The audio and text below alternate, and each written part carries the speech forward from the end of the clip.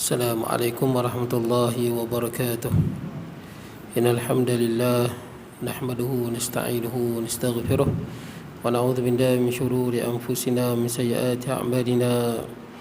May yahdihillahu fala mudilla lahu wa may yudlilhu fala hadiya lahu. Asyhadu an la ilaha illallah wahdahu la syarika lahu wa asyhadu anna sayyidana wa nabiyyana Muhammadan abduhu wa rasuluh. Allahumma salli wa sallim wa barik ala sayyidina Muhammad wa ala alihi wa ashabihi ajma'in. Subhanaka la ilma lana illa ma 'allamtana innaka antal alimul hakim. Rabbi shrah li sadri wa yassir li amri wahlul 'uqdatam min lisani yafqahu qawli. Allahumma la sahla illa ma ja'altahu sahla wa anta taj'alul hazna was-sa'ba idza syi'ta sahla.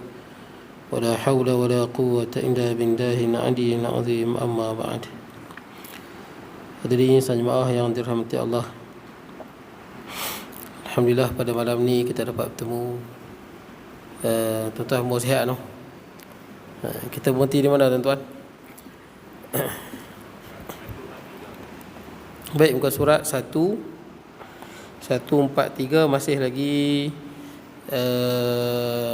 kita berada di bawah tajuk Isra' dan Mi'raj. Isra' dan Mi'raj. Baik. Jadi kita sambung di bagaimana pun, betul. Baik. Qala musannifu rahimahullahu taala wa nafa'na bi ulumi fid darain, kata pengarang. Bagaimanapun orang yang kafir bukan sahaja tidak percaya, bahkan mengambil peluang mengejek-ngejekkannya dan akidah mereka. Jadi makna dia, bila Rasulullah SAW bagi tahu tentang perjalanan malam, ini perjalanan malam yang apa? Yang sangat hebat lah, yang mana Nabi SAW bergerak pergi ke Baitul Maqdis, kemudian pergi pula daripada Baitul Maqdis naik ke Sidratul Muntaha dan bertemu dengan Allah Azza wa Jalla. Dan saya dah sebut kat tuan-tuan, bertemunya Allah Ta'ala tidak bertempat. Itu pegangan yang benar gitulah. Allah Ta'ala tidak berhajat pada tempat, kerana Allah yang menjadikan tempat. Jadi Allah Ta'ala tidak berhajat pada tempat, kerana Allah yang menjadikan tempat dan menjadikan segala-galanya. Cuma yang Rasulullah SAW, tempat Rasulullah ketika mana melihat Allah, menurut sebahagian ulama yang mengatakan melihat, yakni Rasulullah SAW di atas Arash. Itu tempat bagi Nabi SAW. Adapun Allah tidak bertempat. Baik. Jadi tuan-tuan, bila cerita benda ni, maka mereka lagi bukan beriman, lagi ambil peluang nak mengata lah.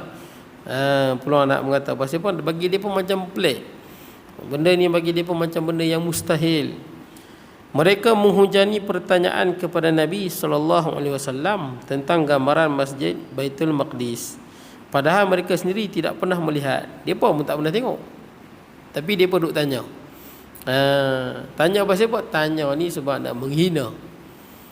Tanya ni sebab nak perli. Bukan tanya ikhlas.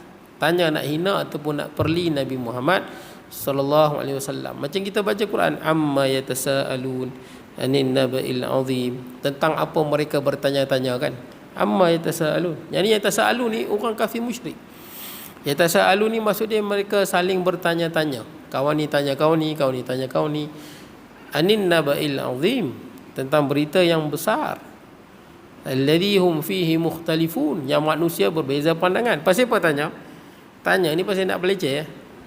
Betul ke kiamat ni? Tanya ni nak menghina lah. Main-main, bukan ikhlas pun tuan-tuan. Tanya nak main-main. Jadi tuan-tuan, sama juga tuan-tuan bila dia bertanya bila kiamat. Dia baru tanya kat Rasulullah SAW, bila kiamat? Bila kiamat? Bagi tahu. Kalau betul kiamat, bila kiamat? Bagi tahu. Sampai Nabi SAW tanya Allah. Rasulullah nak tahu bila kiamat. Sebab orang duk tanya. Dia bertanya ni bukan ikhlas pun, tanya saja aja. Bila kiamat? Sampai tuan-tuan tengok dalam tafsir surah An-Nazi'at,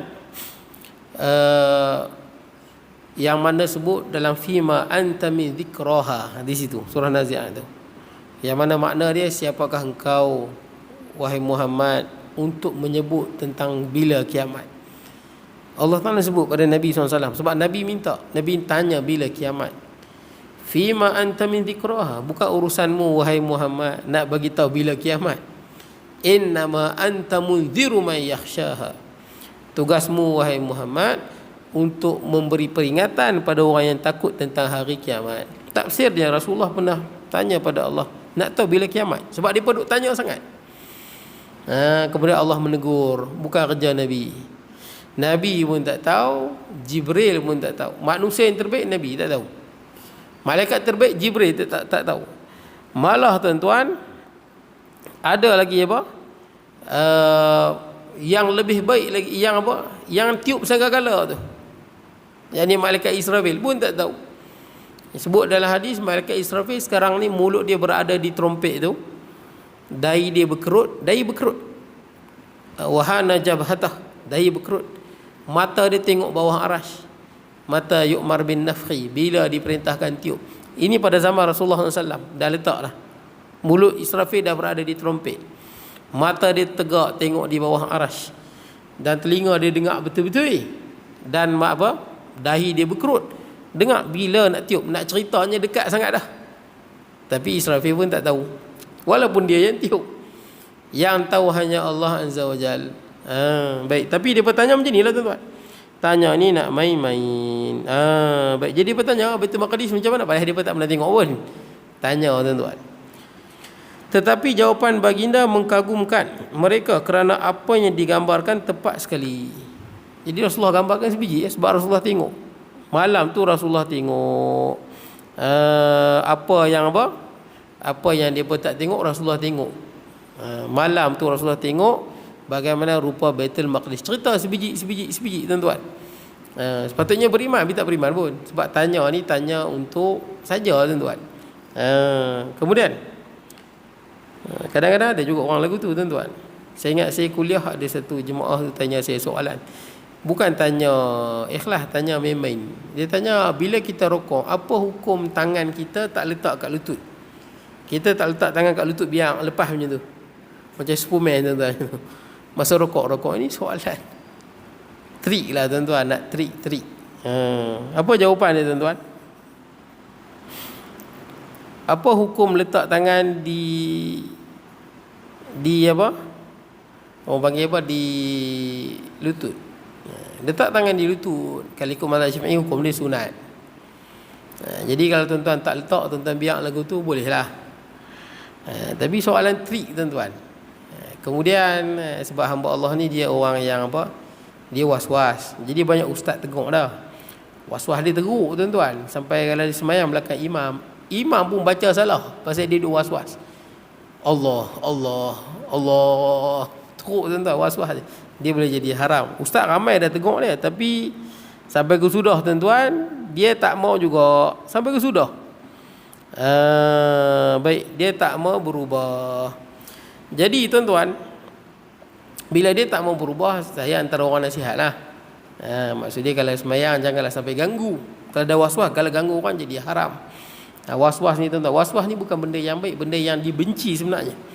Orang yang was-was, benda yang dibenci, bukan benda yang baik. Benda yang dibenci dalam Islam adalah was-was. Tuan-tuan Nabi Ismail elok sudahlah tuan-tuan. Saya ada jumpa seorang sahabat saya, tingkatan 4 dah was-was. Ambil ismayang ni tuan-tuan, kalau dia ambil ismayang tu tuan-tuan, memang macam mandi lah tuan-tuan. Bodong dia ambil ismayang. Kalau dia ambil ismayang, kami lari jauh lah tuan-tuan. Memang basah sekali dia ambil ismayang. Dia ni, Bismillahirrahmanirrahim, dia ambil ayam, dia sembah muka dia. Dengan baju dia basah habis tuan-tuan. Kalau saya kesian tengok dia tuan-tuan. Kalau kita dah ambil ismayang rata, sudahlah, was-was dah mana. Setan duk bisik. Betul tak? Kan kita baca kan, apa? Waswasil khannas, betul tak? Yang bagi was-was ni kerja syaitan. Kenapa kita layan dia tuan-tuan? Jangan layan dia. Ingatlah, was-was bukan benda yang baik. Was-was adalah benda yang dibenci di dalam agama. Baik. Jadi tuan-tuan,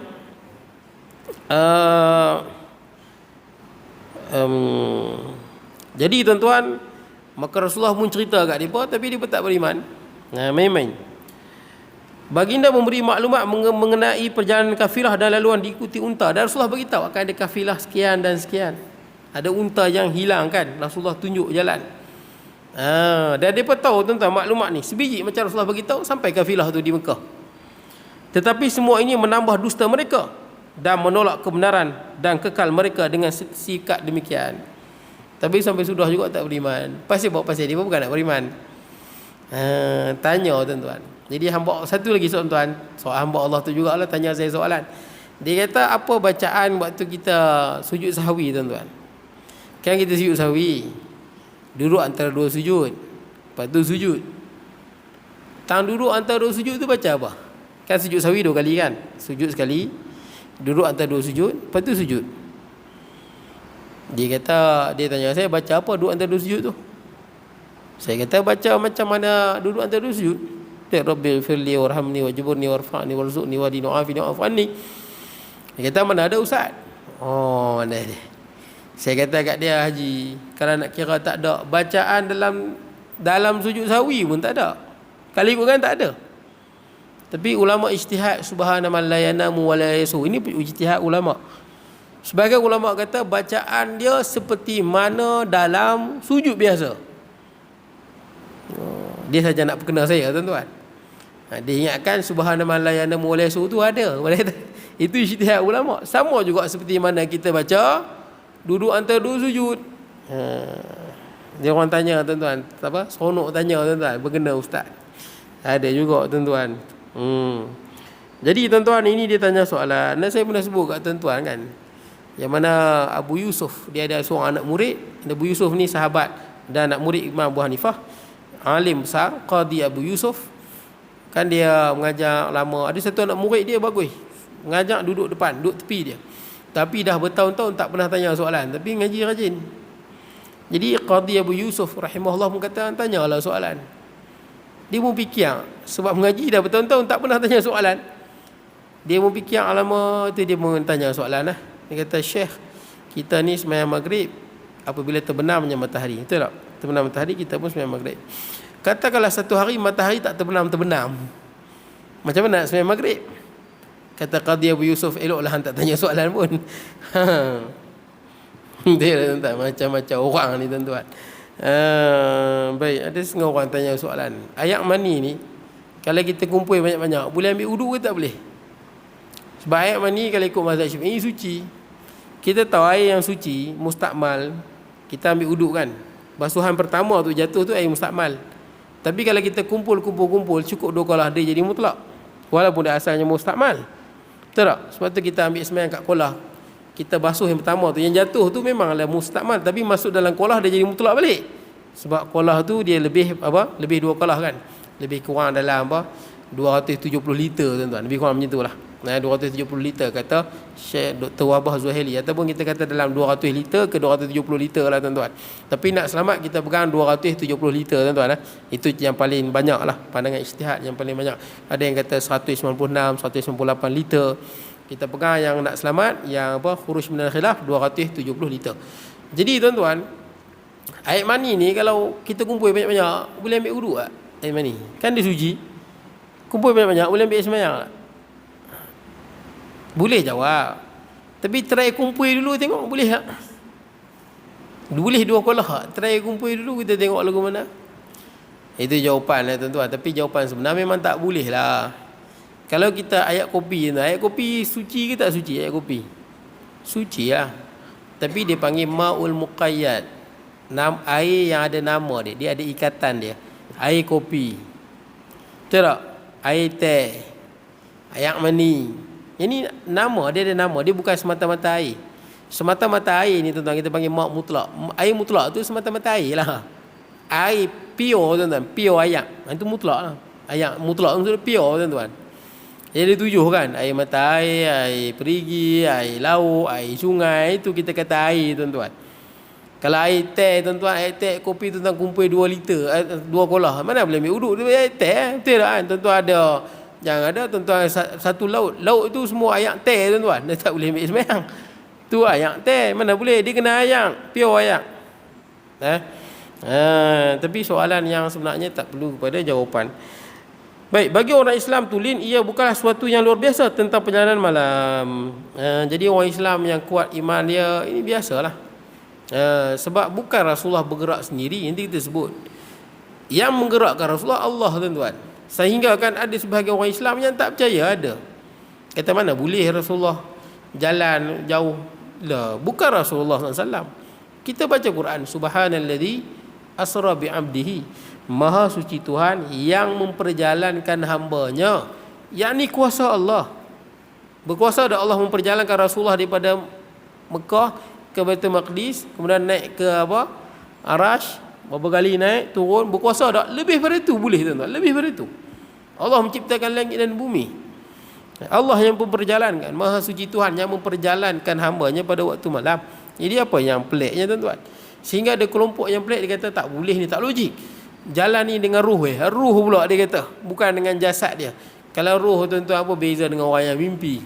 Betul tak? Orang pun boleh mimpi terbang ke langit, betul tak? Mimpi naik ke langit, mimpi, tuan-tuan. Mimpi terbang kat langit, mimpi boleh, tuan-tuan. Bukanlah keajaiban. Ini bukan mimpi, ini dengan jasad dan roh. Kemudian dan dalam keadaan jaga. Allah Maha Kuasa mentadbir alam semesta, menjadikan bumi dan langit dengan kudratnya semata-mata. Begitu juga dengan kuasanya untuk mengangkat pesuruhnya ke langit, serta menunjuk kepadanya tanda kebesaran yang tiada manusia lain berpeluang melihatnya atau menikmatinya. Jadi kuasa Allah, tuan-tuan. Dan kita dah sebut dah, perjalanan malam ni bukan nak tujuannya bukan nak bertemu dengan Allah. Tujuan dia ataupun melihat Allah. Tujuan dia apa, tuan-tuan?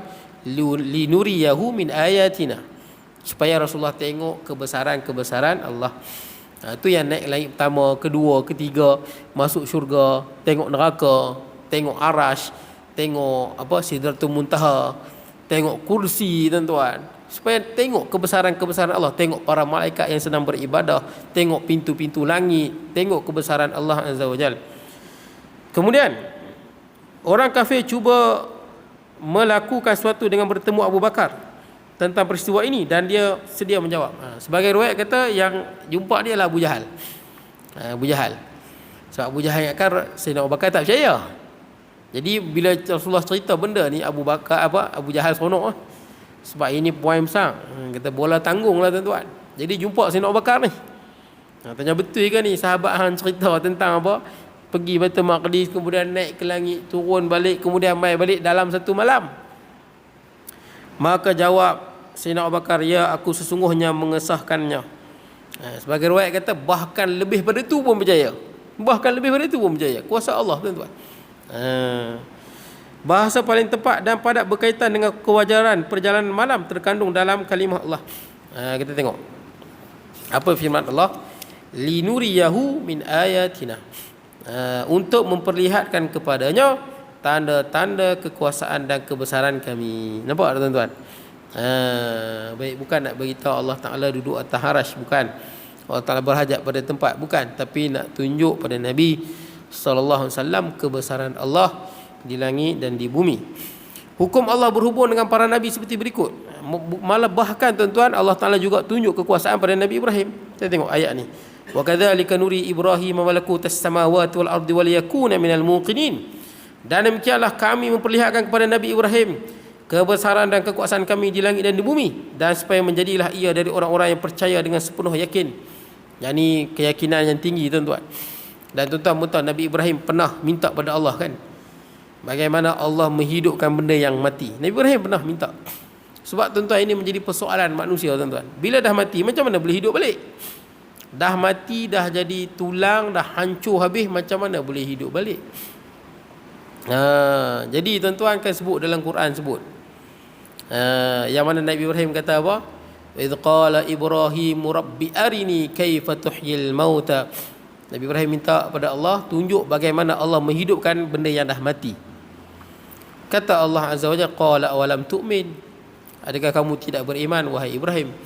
Qala bala, kata Nabi Ibrahim, bahkan saya beriman. Walakin liyatma'inna qalbi, tapi nak bagi tenang hati ni. Sebab hati, tuan-tuan, teringin macam mana, teringin. Hati ni pasal tak pernah tengok, teringin. Kata Allah Azza wa Jalla, qala fakhus arba'atan min at-tayr, kata Allah, ambil 4 ekor burung. Ambil 4 ekor, lepas tu buat apa?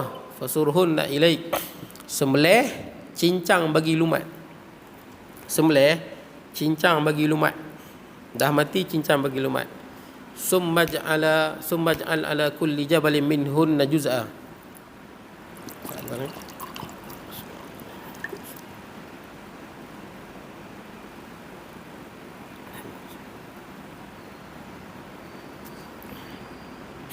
Kemudian letak tompok-tompok, buat 4 tompok. Dah 4 ekor tu, cincang bagi lumat, gaulkan sekali. Kemudian letak 4 tompok.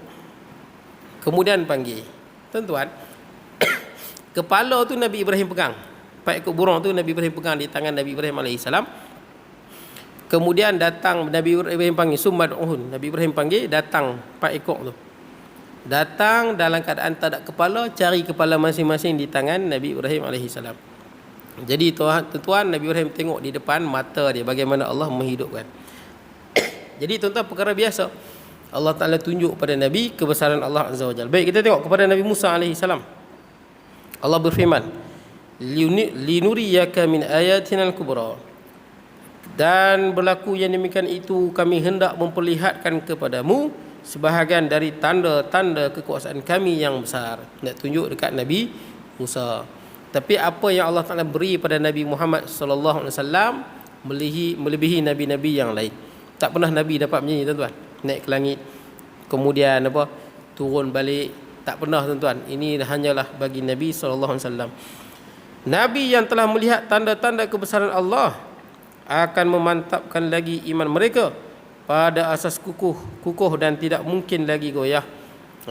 Nabi, tuan-tuan, Allah perlihatkan untuk menguatkan jiwa Nabi, tuan-tuan. Baik, sebab tu tak ada Nabi yang kita baca Nabi mati syirik, tak ada, tuan-tuan. Nabi yang mati kufur, tak ada. Tapi kalau orang yang soleh ada, ya tuan-tuan. Orang yang nampak zahir soleh kan. Tuan-tuan bisa dengar cerita Barsisa kan. Macam mana Barsisa? Cerita masyhur. Barsisa yang mana katanya dia boleh, saya dengar cerita dia, katanya dia ada karamah terbang di langit, macam-macam, tuan-tuan. Yang mana dia beribadah selama 3 hari dan dia tak makan, tak minum 3 hari, Barsisa. Tapi akhirnya rosak, tuan-tuan. Walaupun kita tahu Bal'am mana dengar kan? Bal'am Ba'ura, yang mana dia ni doa mustajab. Bismillah. Dah sekali rosak, tuan-tuan. Bal'am ni kalau tengok langit, nampak pintu-pintu langit, tuan-tuan. Bal'am kalau doa mustajab. Tuan-tuan boleh tengok ayat Quran sebutkan, watlu alaihim naba alladhi atainahu ayatina fansalakha minha wa atba'ahu syaitan fakana minal ghawin. Ayat ni cerita tentang Bal'am, yang mana ini hebat. Angkat doa semua mustajab. Tengok langit, nampak pintu langit. Fansalakha minha, tapi ditinggal semua kebesaran tu. Walakinnahu akhlada ilal ard, dia nak dunia. Wattaba'a hawa, dan dia suka ikut nafsu. Ini bahaya, tuan-tuan. Rosaknya manusia ikut nafsu dan nak dunia, tuan-tuan. Habis bila kita nak dunia ikut nafsu, lingkup. Sekalipun dia ulama, sekalipun ilmu dia banyak, tuan-tuan, sekalipun dia dah makam sampai makamnya macam Bal'am, tapi bila main tang dunia, main tang nafsu, kacau, tuan-tuan. Nak puaskan nafsu, nak ikut dunia. Last sekali dia buat apa? Dia doa pada Nabi Musa kan. Sampai Nabi Musa sesat di ladang teh, tak dapat masuk Baitul Maqdis selama 40 tahun. Dan Nabi Musa pun tak berjaya bebaskan Palestin, kecuali anak murid dia lepas tu kan, iaitu Yusha' bin Nun, kerana doa Bal'am. Bal'am sesat last sekali. Nabi tak ada, tuan-tuan. Baik, tapi punca sesat pasal apa? Pasal dia pilih jalan sesat lah, tuan-tuan. Ada satu tabi'in tu, tuan-tuan. Tabi'in, saya lupa nama dia, hafal Quran 30 juzuk. Tabi'in ni selepas zaman sahabat, tuan-tuan. Sahabat Nabi, zaman tabi'in. Quran hafal 30 juzuk. Siang puasa Daud. Puasa Daud ni puasa terbaik. Hari ni puasa, esok buka. Lepas tu puasa balik, buka. Puasa balik, buka. Itu puasa terbaik. Kecuali hari tak boleh lah, hari raya tak puasa lah, tasyrik tak puasa. Tapi last sekali, dan dia malam tahajud, siang puasa Daud, Quran 30 juzuk. Last sekali mati rosak. Ketika mana, dan dia berjihad, kuat berjihad di jalan Allah. Ketika mana tentera Islam kepung benteng Rom ni dia letak perempuan-perempuan cantik.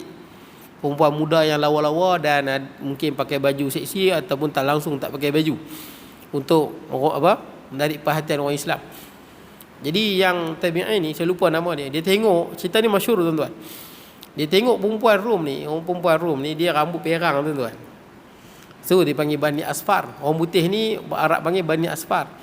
Sebab bangsa yang berambut perang. Kan orang putih rambut dia perang, tak macam orang lain. Jadi dia kagum tengok orang perempuan rambut perang. Dia tak pernah tengok perempuan lawa macam tu. Maka dia pun hantar surat nak bersama dengan perempuan tu. Perempuan tu kata boleh masuk dalam gerbang. Masuk gerbang, masuk Kristian dia. Dan dia mati dalam gerbang tu. Mati Kristian. Macam mana boleh jadi macam tu tuan-tuan? Dia punca dia tuan-tuan. Itulah kita tak tahu dalam tuan-tuan. Dalam ni kita tak tahu. Pasal dalam ni kadang-kadang penentu akhir tu. Baik kata buruk dalam ni tuan-tuan. Sebab tu kita kena perbaiki hal dalam ni tuan-tuan. Sebab tu dalam hadis tu sebut ada orang yang buat amalan baik tuan-tuan, baik sungguh-sungguh lah, fima yabdu, pada zahirnya lah, tapi dalam kita tak tahu. Riak, sum'ah, hasad, takbur, ujub, ini yang nak bagi rosak ni. Dahsyat tuan-tuan. Sebab tu iblis ni bukannya sekadar baik saja, duduk dalam syurga tu tak, kita baca iblis duduk dalam syurga tu kuat ibadah dia, tapi rosak sebab ada takbur, hujung tuan-tuan. Dia nak jadi lingkup tang hujung tu. Sama juga kalau kita beribadah ni riak tuan-tuan. Riak, sum'ah, ujub, takut tang hujung tu tuan-tuan. Hujung tu rosak tuan-tuan. Sebab tu penting kita perbaiki hak dalam ni supaya kita selamat tuan-tuan kat hujung nanti. Tuan-tuan, Imam Ahmad bin Hanbal waktu dia nak mati, nak meninggal dunia. Imam Ahmad ni ulama besar tuan-tuan. Nasirus sunnah, yang menolong sunnah tuan-tuan. Hebat dia. Mazhab dia berkembang di Mekah, Madinah tuan-tuan. Imam Ahmad ni waktu dia nak meninggal dunia, iblis datang goda dia. Dia lain orang, lain cara iblis goda. Imam Ahmad bin Hanbal, iblis goda dia, iblis duduk di depan dia. Iblis gigit jari. Gigit jari. Gigit jari ni kalau bangsa Arab maksud dia surrender lah. Oh surrender, aku tak boleh buat apa kat hang. Itu makna dia. Kalau gigit jari ni surrender lah. Iblis kata, wahai Ahmad, hang ni hebat, aku tak boleh buat apa kat hang. Dahsyat tu tuan-tuan. Pasal apa dia buat lagu tu? Sampai waktu Imam Ahmad tu, waktu Imam Ahmad masa tu kan kita waktu nak meninggal kadang-kadang kita tak sedar diri, betul tak? Kadang-kadang kita hilang kesedaran, pengsan sekejap. Waktu nak Imam Ahmad dalam keadaan pengsan tu, ada orang ajak la ilaha illallah, Imam Ahmad baling. Mai belah ni pula la ilaha illallah, Imam Ahmad baling lagi. Terkejut dia buat, ni ulama besar ni. Orang yang paling banyak hafal hadis Nabi SAW. Kali ketiga pun sama. Sampai Imam Ahmad terjaga, Imam Ahmad bagi tahu. Tadi iblis datang. Iblis mai, iblis gigit jari dia. Imam Ahmad, wahai Ahmad, aku tak boleh buat apa dengan hang. Surrender lah, macam surrender. Imam Ahmad kata belum lagi. Imam Ahmad paling pada dia. Itu yang dia pun masa dia pun tak sedang. Imam Ahmad sedang berdialog dengan iblis di dalam keadaan dalam keadaan tidak sedang tu. Kemudian datang lagi iblis, gigit jari lagi. Hang hebat Ahmad, aku tak boleh buat apa dengan Ahmad. Kata Imam Ahmad belum lagi, sebab belum mati lagi. Selagi mana belum mati, kita belum tentu berjaya lawan iblis tuan-tuan. Mai kali ketiga digigit jari, wahai Ahmad, hebat hang Ahmad, aku tak mampu buat apa. Imam Ahmad paling lagi. Tuan-tuan, apa tujuan iblis buat begitu? Nak bagi naik ujub lah. Ujub. Bayangkan kalau kita kena iblis mai. Hang baru tahu iblis. Kacau lah tuan-tuan. Hang baru tahu kenal aku siapa. Dia mula nak jadi merepek ke situ. Dia jadi apa? Syok tuan-tuan, syok. Dia tak boleh tuan-tuan. Kita dalam ibadah tuan-tuan, kita kena ingat la haula wala quwwata illa billah, supaya kita sentiasa tawaduk. Betul tak? Sampai kita mati ni tuan-tuan, jangan ada perasaan baru hamba tahu. Itu dia jadi kacau. Ujub satu. Ujub ni dia macam mana? Dia perasan tuan-tuan, perasan. Tengok muka dalam cermin, aku ni wali Allah ni. Dia perasan. Tengok muka dalam cermin, tak masuk syurga Firdaus saja lagi aku ni. Dia merepek ke situ tuan-tuan.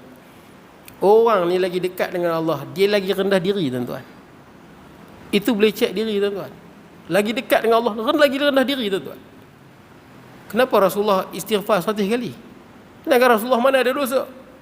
Tapi 100 kali. Ulama sebut sebab Nabi ni rasa kadang-kadang ada beberapa perkara yang mungkin kurang yang dilakukan, padahal dah sempurna dah. Tawaduknya Nabi, lagi dekat dengan Nabi, lagi dengan Allah, lagi tawaduk, lagi takut rasa kerdirnya. Itu beza dengan iblis, tuan-tuan.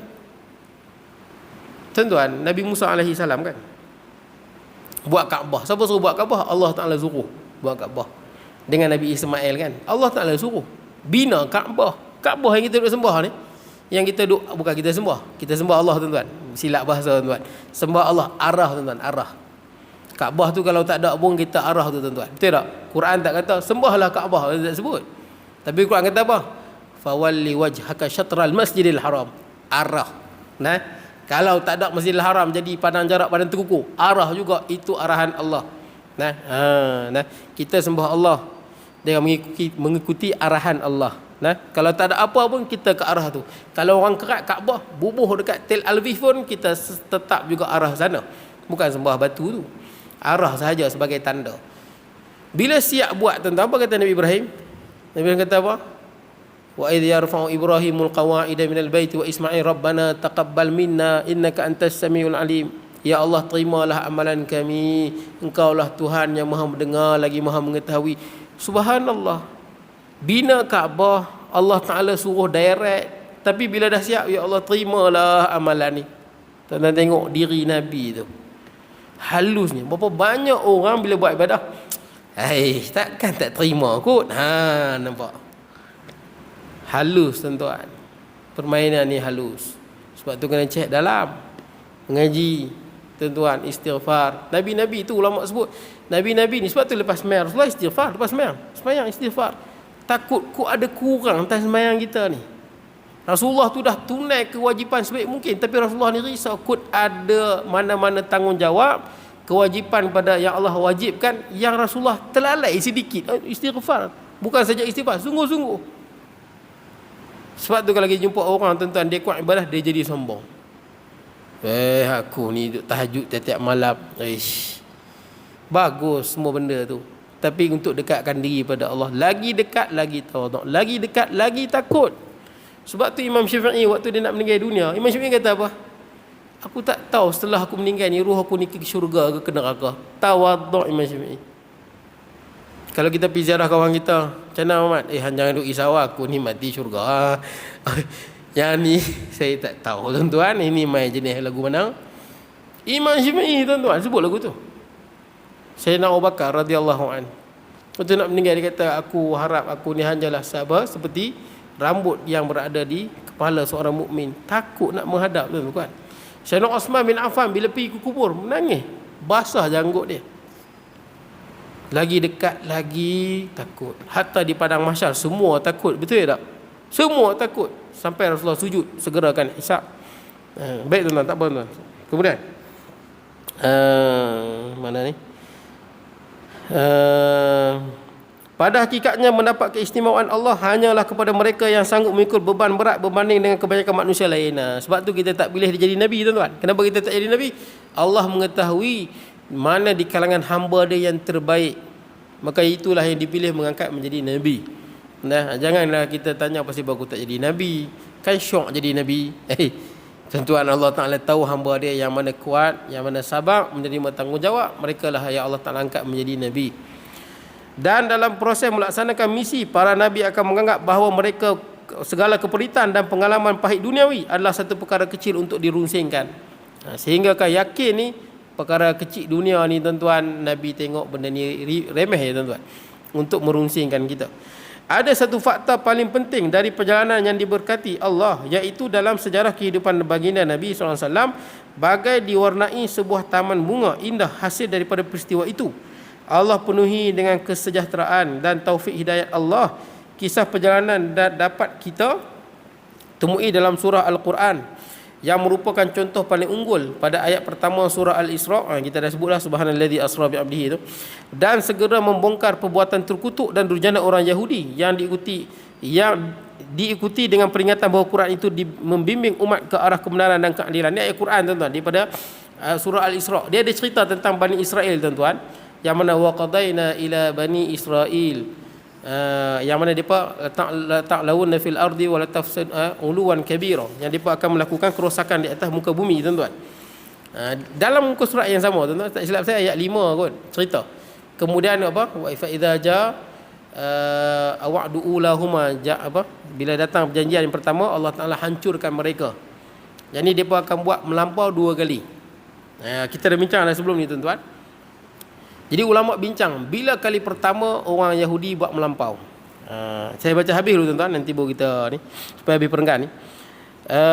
Proses perjalanan itu bukanlah satu kebetulan, dan Baitul Maqdis ialah dengan pertama perjalanan malam, nampak tempat orang Yahudi. Yahudi sangat-sangat nak Baitul Maqdis. Dan di sini terdapat mesej ditujukan khas kepada Yahudi dan secara jelas memperlihatkan bahawa mereka akan dilucutkan peranan memimpin ummah disebabkan jenayah dilakukan mereka, maka tidak wajar lagi untuk mengekalkan kedudukan ini. Nampak tak? Rasulullah pergi ke Baitul Maqdis yang menjadi tempat yang paling dihormati oleh Yahudi. Nak bagi tahu bukan lagi depa yang memimpin umat. Dan lepas ni akan dipimpin oleh Rasulullah daripada suku bangsa Arab. Secara jelas pula menunjukkan kepimpinan itu diambil alih oleh Rasulullah SAW untuk berpegang kukuh kepada iman Nabi Ibrahim, yang ikut agama Nabi Ibrahim AS, melindungi rumah suci Mekah dan masjid yang jauh iaitu Baitul Maqdis. Amat tepat sekali autoriti kerohanian berpindah daripada sebuah negeri yang dalam sejarahnya disilaputi penderhakaan. Yang ini di Masjid Al-Aqsa tuan-tuan, banyak penderhakaan, yang mana mereka bunuh Nabi Zakaria, mereka bunuh Nabi Yahya menurut sebahagian ulama, dan mereka bunuh banyak Nabi. Ada ulama sebut sampai ratus Nabi mereka bunuh. Mungkir janji dan bermusuhan dengan negeri lain yang diberkati kewarakannya, penyerahan kepada Allah dan pesuruh Allah dengan wahyu Quran untuk membimbing ummah ke jalan benar lagi yang terbaik. Kita berhenti di situ tuan-tuan. Jadi tuan-tuan, yang Bani Israel tuan-tuan yang disebut tadi itu, mereka akan 2 kali kan, marratain, di dunia akan mereka akan buat kerosakan 2 kali. Kerosakan yang pertama mereka buat tuan-tuan secara besar-besaran mereka buat. Maka Allah Ta'ala mereka bunuh orang, mereka buat perkara yang haram. Maka Allah Ta'ala utuskan Jalut. Jalut ni kejam tuan-tuan. Jalut ni masuk habis ke rumah mereka, hancurkan habis semua mereka punya apa, mereka punya tempat dihancurkan, bunuh anak-anak kecil dan perempuan. Jalut bunuh semua. Jalut. Kemudian Jalut selang berapa lama Jalut dibunuh oleh Nabi Daud kan. Nabi Daud bunuh Jalut. Selang beberapa ketika Allah Ta'ala jadikan balik, summa radadna lakumul karrata wa amdadnakum bi amwalin wa banin wa ja'alnakum aktsara nafira. Cerita bila depa kembali baik balik lepas depa kena hentam dengan Jalut teruk, insaf sekejap, insaf, maka Allah Ta'ala bagi kekuatan balik kat depa. Dengan apa, Nabi Sulaiman, nabi-nabi ni, Nabi Sulaiman ni Bani Israel lah, hebat kan, menguasai seluruh dunia. Lepas meninggalnya Nabi Allah Sulaiman, depa buat kacau balik. Dia pecah belah, dia berperang sampai tempat apa pemerintahan Nabi Sulaiman tu pecah 2, utara dan selatan. Bergaduh perang tuan-tuan sesama depa, dan depa buat macam-macam kejahatan dan depa bunuh nabi dan rasul tuan-tuan. Maka diutuskan yang kedua, iaitu Bukhtansar ataupun Bukhtanasir ataupun Nebukadnezar. Nebukadnezar, orang putih sebut Nebukadnezar ataupun Bukhtansar. Ini orang Parsi tuan-tuan. Dia juga memerintah seluruh dunia. Bukhtansar ni kejam. Dia mai ke Palestin, ke Syam ni, dia bunuh habis ulama orang Yahudi semua dibunuh. Ulama semua dibunuh. Kemudian orang apa yang mulia-mulia, pemimpin-pemimpin semua dibunuh. Kitab Taurat semua dibakar. Sehingga tidak ada seorang pun yang ingat kitab Taurat. Hancur habis semua. Mana-mana tanda kemuliaan, Bukhtansar hancurkan sehancur-hancurnya. Nah, itu yang kali yang kedua. Ada sebagian ulama kata tak, kali kedua sekarang. Sekarang ni kali kedua. Yang dulu tu kali pertama. Bukhtansar tu kali pertama. Dia pun tak kira hak sebelum tu. Hak Jalut tu tak kira. Katanya yang pertama adalah waktu Bukhtansar hancurkan. Yang kedua ni yang mana? Yang kedua hak sekarang mereka buat jahat ni. Yang mereka buat jahat ni yang kedua. Bila nak hancur ni, sekali main Nabi Isa, memang habislah dia berkena. Nyorok belakang pokok pun bercakap, mai ni belakang kami ada Yahudi, mai bunuh dia. Ada yang kata yang pertama dulu Bukhtansar, yang kedua sekarang. Belum lagi datang apa? Wa'dul akhirah. Nah, janji yang kedua, kehancuran yang kedua. Baik tuan-tuan, akan datang kita sambung di situlah tuan-tuan. Di mana? Ke surat 145 nah. Ada satu di situ ada satu soalan. Bismillahirrahmanirrahim. Allahumma ja'al jam'ana hadha jam'an tafarruqan ba'da tafarruqan ma'suma wa la taj'al minna shaqiyyan wa la mahruman wa la mathuda Wa sallallahu nabiyina Muhammad wa ala alihi wasallam. Alhamdulillah rabbil alamin.